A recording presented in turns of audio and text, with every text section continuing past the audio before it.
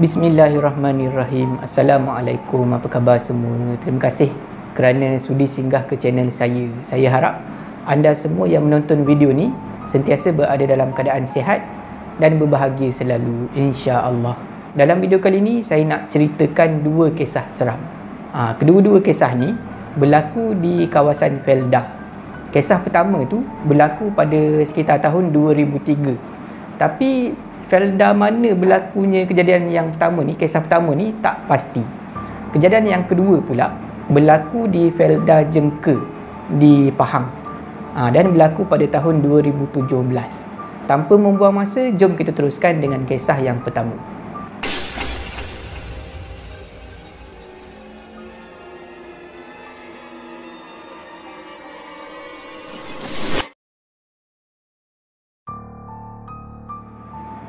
Selamat datang ke segmen Singgah Seram. Untuk kisah pertama ni, saya akan gunakan nama samaran Fadli untuk memudahkan cerita. Seperti mana yang diberitahu awal tadi, kisah yang pertama ni berlaku sekitar tahun 2003. Fadli berasal daripada keluarga yang sederhana lah, nak kata senang sangat pun tidak, nak kata susah sangat pun tidak. Dan Fadli ada beberapa orang adik-beradik. Jadi keluarga Fadli ni ada rumah sewa. Jadi masa perkara ni berlaku, penyewa lama rumah sewa tu dah keluar dan ada penyewa baru yang nak masuk dekat rumah sewa keluarga Fadli ni. Perkara ni berlaku masa hujung minggu. Masa tu Fadli ada dekat rumah lah, dan adik-beradik dia yang lain ada urusan masing-masing. Jadi mak ayah Fadli ni minta tolonglah Fadli untuk nak pergi handle penyewa baru yang nak masuk dekat rumah sewa dia orang ni. Jadi Fadli tak nak terpaksalah pergi kan, sebab tak ada orang lain yang nak uruskan benda ni. Jadi masa tu dah lewat, dah sekitar pukul 5 petang lebih, dekat-dekat pukul 6 macam tu. Jadi Fadli bergegas lah, dia start motor dan dia terus menuju ke arah rumah sewa tu. Nak pergi ke rumah sewa Fadli ni, Fadli perlu lalu dekat satu kawasan Felda, sebab jalan tu paling cepat boleh sampai. Fadli pun mulalah menunggang motor masa tu. Jadi petang tu memang tak banyak kenderaan dekat atas jalan. Bila Fadli dah hampir nak sampai dekat kawasan Felda tu, Fadli berselisih dengan sebuah lori yang sangat laju. Laju sangat lori tu, berselisih dengan Fadli. Bila Fadli tengok lori tu laju macam tu, dia jadi macam marah jugalah. Sebab bahaya kan bawa lori laju macam tu. Sebab kawasan tu kawasan yang ada penduduk lah, Felda. Tapi tak apalah, Fadli diteruskan perjalanan dia. Sampai dekat satu tempat ni, masa tu Fadli dia baru saja melepasi satu gerbang. Gerbang yang Felda tu lah, tapi tak pasti Felda apa, tak diberitahu. Lebih kurang 10 meter ke depan, lepas saja gerbang Felda tu, Fadli nampak ada satu kemalangan yang seolah-olah baru saja berlaku. Ada sebiji motor dan ada seorang lelaki dah terbaring dekat tengah jalan. Jadi masa tu Fadli ni dia berhentikan motor dekat tepi, dia tengok kiri kanan apa semua tak ada kenderaan. Dia terus pergi nak tolong lelaki ni yang terbaring dekat atas jalan ni. Fadli angkat sorang-sorang dan dia bawa ke tepi, berada yang dah kemalangan ni. Motor memang dah ada kat tepi lah, jauh. Jarak antara berada ni yang dah aksiden ni dengan motor dia lebih kurang 10 meter. Maknanya jauh tercampak dia dengan motor tu. Tak tahulah kenapa. Tapi Fadli fikir ini memang tak ada kerja lain ni, mesti lori tadi. Sebab lori tadi tu dia pemanduan dia tu laju lain macam nak larikan diri. Masa Fadli angkat berada ni daripada tengah jalan ke tepi jalan tu, memang berada ni memang langsung tak sedarkan diri lah. Fadli cubalah kejutkan berada ni. Fadli tengok memang tak ada sebarang respon daripada berada ni, memang dia tak sedarkan diri. Fadli pun tengoklah keadaan dia daripada luar, memang tak ada nampak darah pun dekat muka dia. Dia punya helmet masih lagi elok terletak dekat kepala. Jadi Fadli dia perlahan-lahan dia buka lah helmet tu, ditanggalkan. Dia tengok dekat kawasan kepala tak ada luka, tak ada sebarang luka dan tak ada darah lah. Cuma dekat tangan dia je, tangan berada tu je ada nampak cala sikit. Adalah berdarah sikit dekat tangan. Yang lain semuanya tak ada apa-apa. Tapi Fadli cakap itu daripada luar je lah. Dia tak tahu dekat dalam badan brother tu takut ada apa, kecederaan dalaman ke apa. Sebab brother ni dia pakai jaket yang nampak agak mahal lah. Kata Fadli nampak macam jaket arai, yang jenama apa, jenama motor ni lah, jenama apa, pakaian motor ni, arai. Fadli dia nak buka, dia takut dia nak buka jaket brother ni. Dia risau kalau buka aja jaket terus darah keluar banyak. Dia terfikir macam tu. Sebab Fadli ni dia takut darah. Jadi dia tak nak lah, dia tak nak buka jaket tu. Sebab dia risau kalau darah keluar banyak, dia pula pengsan dekat situ. Sebab dia tak, jenis yang tak boleh tengok darah. Jadi dia tak buka lah jaket brother ni.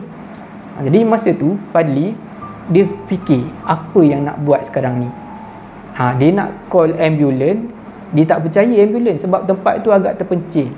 Hospital yang paling dekat, kata Fadli, daripada tempat tu berpuluh-puluh batu jaraknya. Jadi kalau nak call, bersoal jawab lagi dengan ambulans, nak tunggu ambulans sampai memang lambat.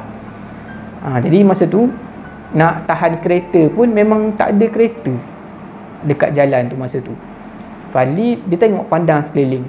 Rupa-rupanya berhampiran dengan tempat kemalangan tu berlaku, dekat seberang jalan ni ada satu gerai yang menjual goreng pisang. Nampaklah dekat apa, gerai goreng pisang tu ada seorang makcik ni tercegat berdiri. Fadli pun dia letakkan brother ni, dia letakkan perlahan. Dia bingkas bangun dan terus berlari menuju ke arah gerai goreng pisang tu. Bila Fadli dah sampai dekat gerai tu, Fadli tengok makcik ni dalam keadaan yang terkejut, tercegat berdiri, kejung kerah macam tu je. Sebab dia terkejut agaknya tengok kejadian tadi, aksiden depan mata. Fadli pun dia panggil lah makcik tu, makcik. Barulah makcik tu seolah-olah sedar. Makcik tolonglah call siapa-siapa yang makcik kenal dekat sini yang ada kereta, call bagi tahu ada kemalangan, minta tolong hantarkan lelaki tu ke klinik ataupun hospital yang berhampiran. Macam itulah kata Fadli. Lepas tu makcik tu pun cakap, tak apa, makcik call suami makcik je lah, senang, suruh datang. Jadi tak apalah, makcik tu call lah suami dia. Sementara nak menunggu suami makcik ni sampai, Fadli dia bersembang dengan makcik ni. Dia tanyalah, makcik, apa yang sebenarnya dah berlaku? Makcik nampak tak tadi aksiden ni? Makcik ni pun ceritalah.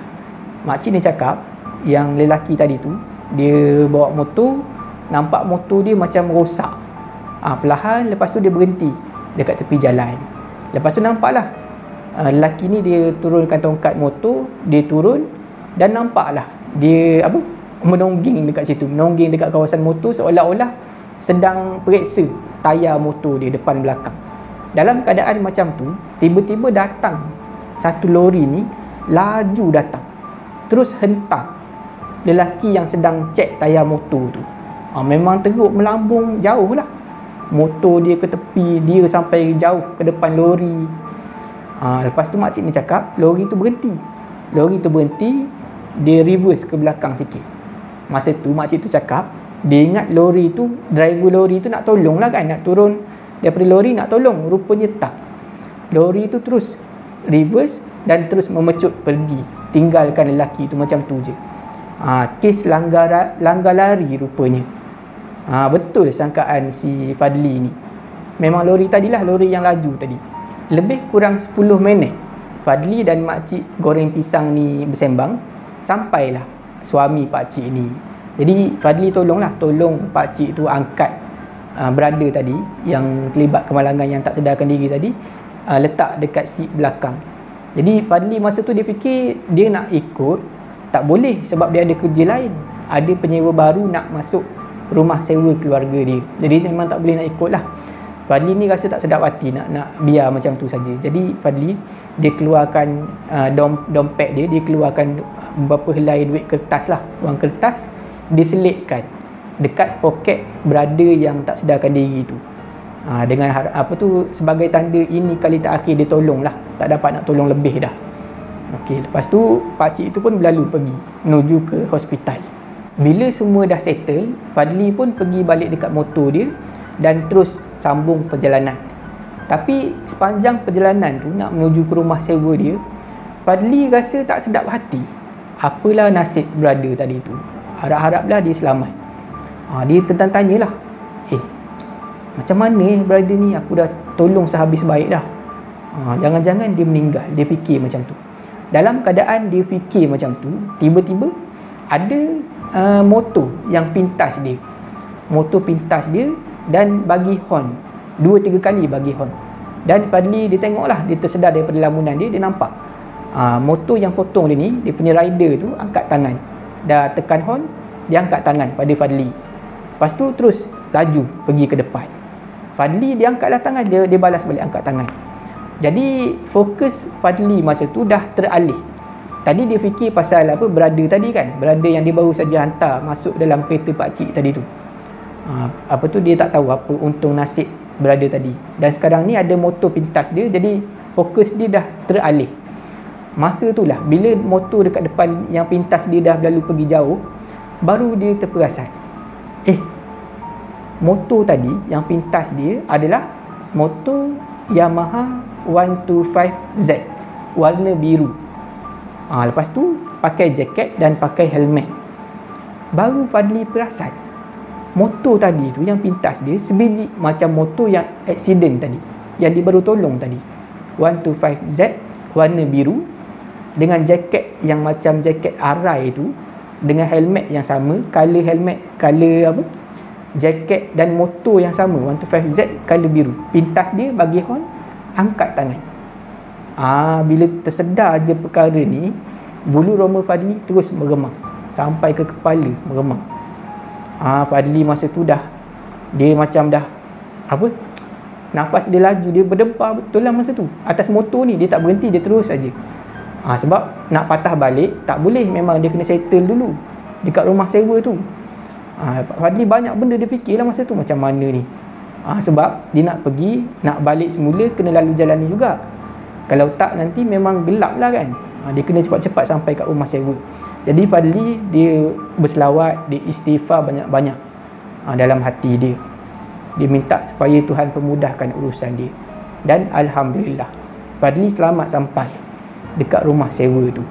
Tapi masa Fadli sampai dekat rumah sewa keluarga dia tu, memang penyewa baru tak sampai lagi. Sebab dia orang janji nak jumpa selepas maghrib. Jadi Fadli ada masa lah masa tu. Fadli masuk dalam rumah sewa tu, dia bersihkan sikit. Kemudian dah masuk waktu maghrib, Fadli dia pergilah semayang dekat surau yang ada dekat kawasan belakang rumah sewa tu. Dah selesai solat maghrib berjemaah dekat surau tu, barulah Fadli rasa tenang sikit. Dia rasa tenang, hilanglah rasa takut. Dan masa tu barulah terlintas dalam hati dia, jangan-jangan brother tadi yang accident tadi dah tak ada kot. Jadi mungkin itulah cara yang Tuhan nak bagi alamat lah, nak bagi clue yang memang brother tu dah meninggal. Sebab Fadli ni dia tanya sangat kan daripada awal tadi. Dia tanya apa nasib brother yang kemalangan tadi. Jadi itulah jawapannya, mungkin brother ni dah tak ada. Jadi dipendekkan cerita, lepas maghrib tu Fadli dia balik semula dekat rumah sewa keluarga dia, dan datanglah penyewa baru tu. Dah selesai urusan semua, Fadli pun nak balik semula ke rumah. Jadi masa tu hari dah gelap. Fadli memang mati-mati tak berani nak lalu dekat jalan Felda tadi. Fadli akhirnya ambil keputusan untuk lalu jalan yang lebih jauh. Dia masuk highway balik semula ke rumah dia. Memang jauh lah, tapi Fadli dia memang dah tak sanggup nak lalu dekat jalan Felda tadi. Jadi Fadli lalulah dekat highway tu, dan Alhamdulillah Fadli selamat sampai dekat rumah dia tanpa ada apa-apa gangguan. Itulah kisah pengalaman yang dialami oleh Fadli masa dia lalu dekat satu jalan Felda ni sekitar tahun 2003. Untuk kisah yang kedua ni, saya akan gunakan nama samaran Encik Said untuk memudahkan cerita. Perkara ni berlaku pada sekitar tahun 2017. Encik Said ni, dia adalah seorang pengamal perubatan Islam lah, pakar perubatan alternatif. Memang dia ada dia punya pusat rawatan sendiri, dan dia adalah tim dia sendiri. Ada anak murid dia lah, dan dia juga dibimbing oleh seorang guru. Jadi kisah yang akan diceritakan ni berlaku di Felda Jengke di negeri Pahang. Jadi tim Encik Said ni biasanya mendapat aduan daripada laman Facebook. Laman Facebook. Daripada situlah orang bagi mesej dan Encik Said akan respon lah. Pada satu hari ni macam biasa, Encik Said dia tengoklah laman Facebook tu, adalah masuk satu aduan ni. Dia orang minta tolong, datangnya daripada seorang anak. Jadi Encik Said ni respon lah. Dia tanyalah, ada apa, kes macam mana ni. Jadi si anak ni ceritalah. Kata si anak ni, ayah dia dah kena sihir barangkali. Sebab ayah dia dah busung, perut dah besar, tapi masih lagi boleh berjalan lah. Katanya busung angin. Sebab dia dah pergi rujuk, memang dah pernah pergi nak rawat ayah dia lah. Jadi dia tahu sedikit apa yang sihir yang macam mana yang ayah dia tu kena. Bila dah dengar macam tu, Encik Said ni dia tanyalah. Adalah beberapa soalan yang Encik Said tanya. Latar belakang apa semualah. Keluarga macam mana, siapa yang ada tinggal dekat rumah tu. Jadi si anak ni ceritalah, yang tinggal dekat rumah tu ada dia, ada anak-anak dia. Maknanya yang si ayah ni dah bergelar sebagai atuk lah. Dan dia tinggal dengan mak tiri. Maknanya si ayah ni dulu ada isteri pertama, yang dah tak bersama lagi dengan dia lah, dah bercerai ke macam mana. Tinggal isteri yang kedua saja, isteri baru. Maknanya mak tiri kepada yang si anak ni lah yang mengadu ni. Dan si anak ni bagi tahu pada Cik Said, dia orang tinggal dekat Jengke, Felda Jengke. Jadi agak jauh daripada pusat perubatan Encik Said. Tapi dah dengar orang perlukan bantuan macam tu, Encik Said dan juga tim dia beserta dengan guru dia sekali bergeraklah menuju ke Felda Jengke yang dah diberitahu tu. Ada banyak lah Felda dekat Jengke ni, ada banyak. Jadi salah satu daripada Felda tu lah tempat rumah si anak ni. Sebenarnya Encik Said dah boleh agak macam mana boleh berlaku gangguan tu. Selain daripada sihir yang entah apa motif orang tu buat dekat ayah si anak yang mengadu ni, ada sebab lain. Encik Said memang dah tahu sebab kawasan Jengke tu memang dah banyak kali orang kena gangguan.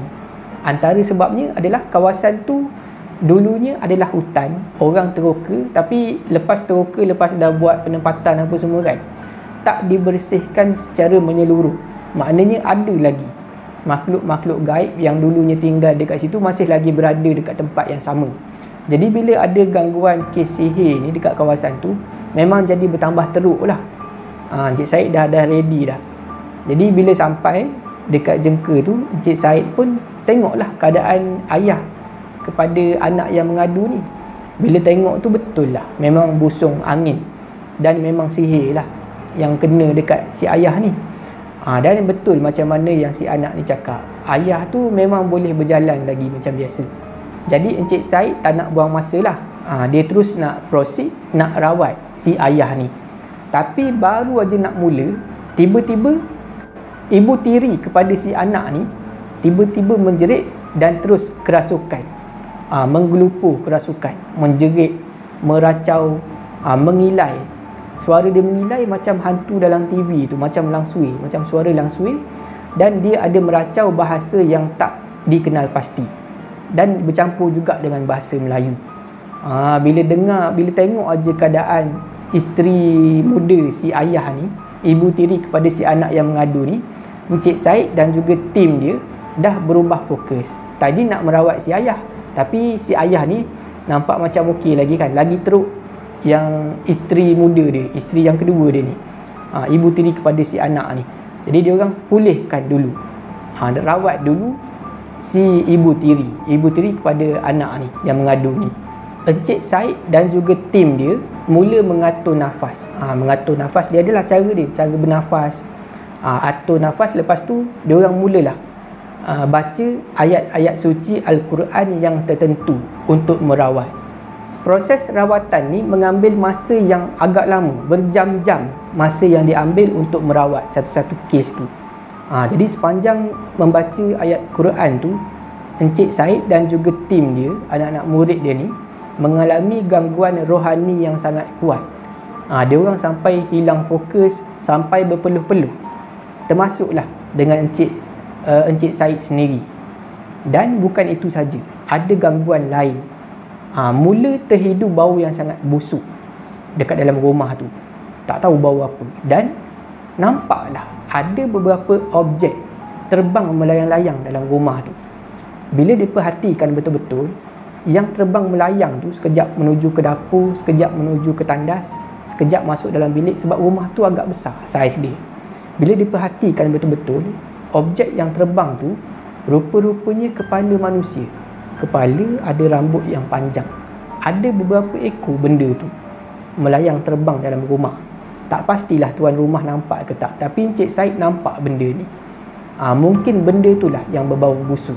Encik Said tak pasti benda ni sama ada dihantar oleh orang yang menyihir tu ataupun benda daripada luar, daripada kawasan tu sendiri, kawasan jengka tu. Jadi Encik Said dia teruskan, dia dan juga tim dia terus usaha fokus baca ayat-ayat Quran ni. Dan pada masa yang sama, Encik Said adalah bagi tahu pada salah seorang tim dia ni untuk tolong baca ayat pendinding. Bacakan kepada anak-anak, kepada pakcik ni dan juga si ibu yang ibu tiri yang sedang kerasukan ni, dan juga cucu-cucu dia orang. Jadi adalah salah seorang daripada anak murid Encik Said ni, tim dia bacakan ayat pendinding kepada anak-anak dan juga cucu-cucu si ayah yang busung tadi. Dia baca sampailah selesai. Sebab Encik Said risau orang lain pula yang kerasukan dalam rumah tu.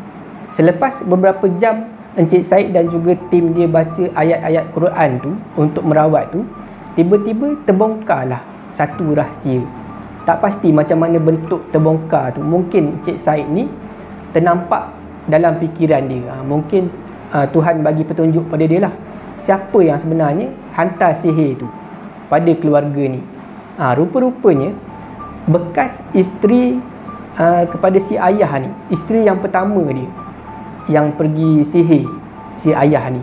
Daripada apa yang Encik Said cakap, dia tahu yang isteri pertama ni, bekas isteri kepada yang kena busung angin ni, dia diceraikan sebab dia curang. Ada lelaki lain. Yang si ayah ni pula, yang busung angin ni, dia adalah seorang yang berharta. Dia ada tanah yang banyak, tanah yang luas, duit, harta pun banyak. Jadi bila diceraikan macam tu, dia tak puas hati. Isteri pertama ni tak puas hati.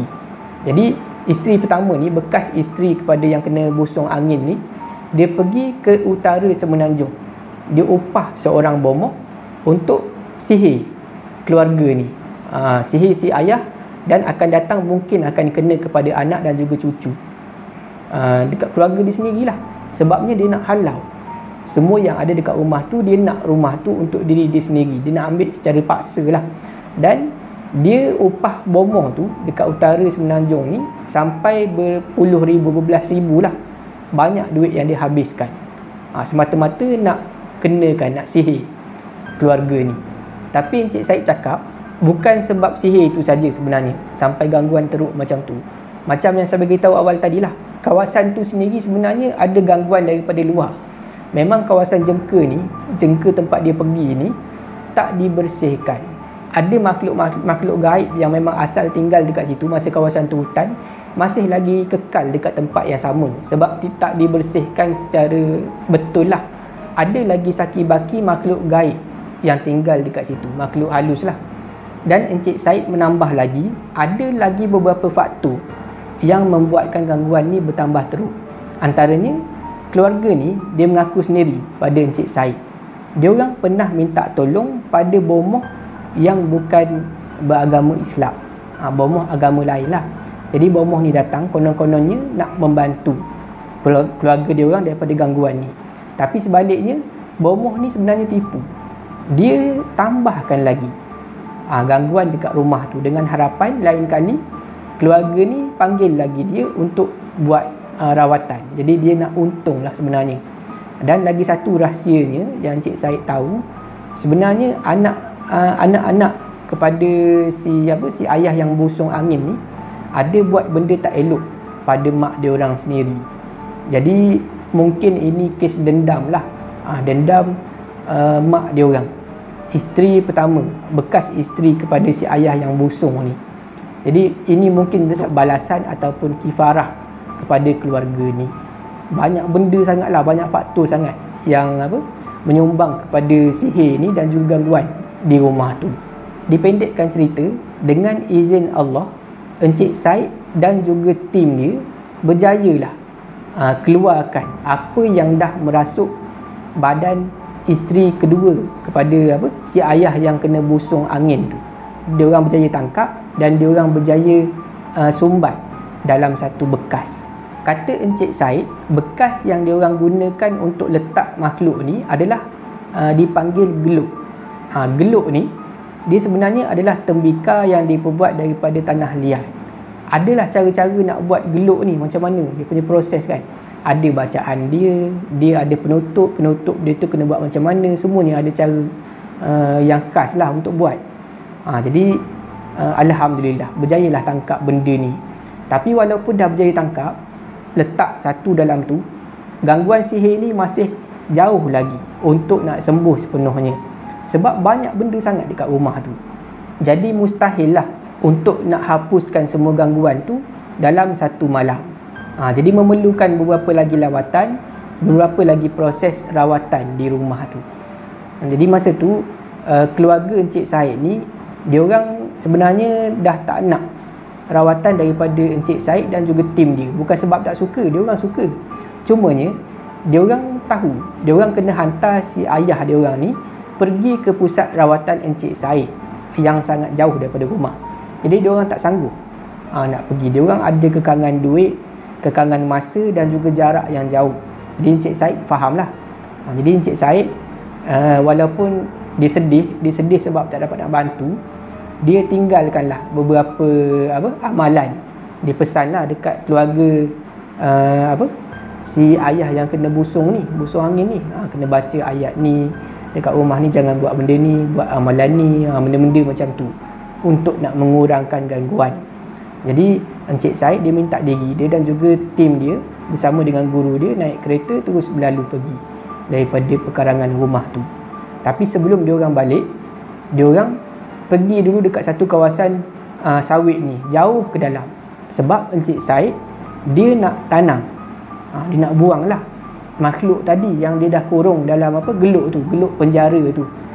Jadi dia pergi dekat satu kawasan ni, dia berjalan masuk dengan tim dia nak pergi tanam makhluk yang dah dikurung dalam geluk tu, dalam bekas tembikar tanah liat tu. Encik Said cakap masa nak masuk dalam kawasan sawit tu, banyak sangat penampakan makhluk gaib yang memerhatikan diorang sedang buat apa. Jadi diorang pergilah tanamlah benda tu ataupun buanglah makhluk tu. Dan diorang patah balik dekat kereta, teruskan perjalanan balik.